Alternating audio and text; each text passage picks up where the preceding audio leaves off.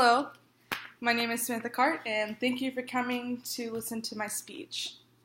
So, have you ever wondered if the contributing newspaper is actually doing any good?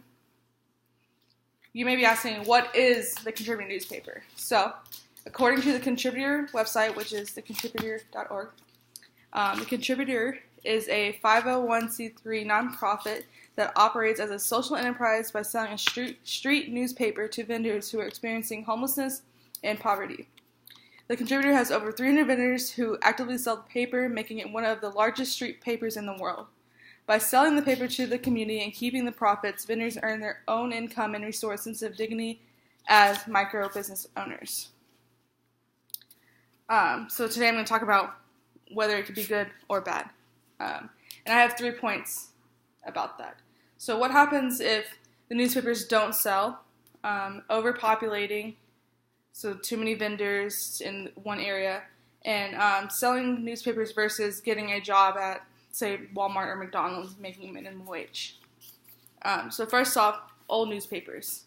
Obviously, they can't sell the old newspapers because there's a new edition coming out every week, and the community doesn't want old newspapers.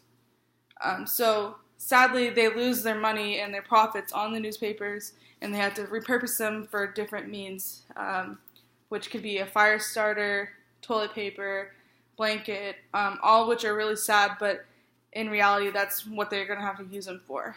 And if they don't find a repurpose for them, then hopefully they'll recycle, which will, in the end, do a lot of good for the earth.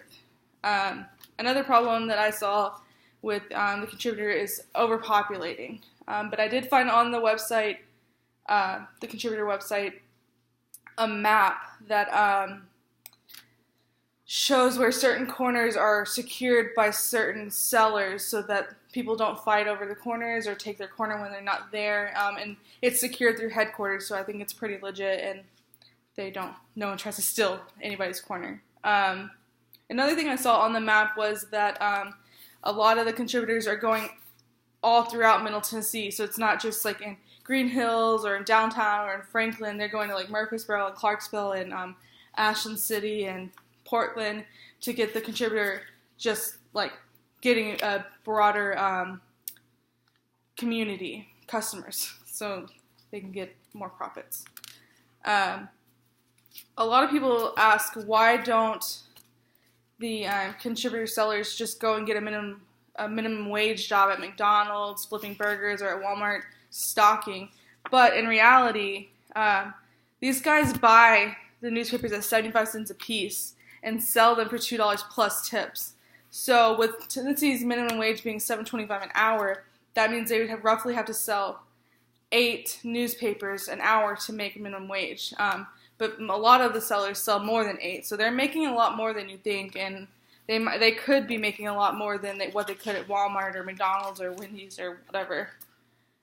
So, in conclusion, while the Contributor has many benefits, it could have a lot of problems too, such as not selling enough newspapers, or the paper's not selling and you have to get rid of them each week and lose a profit for that, or overpopulating and people judging you for selling newspapers versus going to McDonald's or Walmart or Wendy's or whatever to make a minimum wage. So yeah, thanks for listening to my speech, and I hope you learned something from this.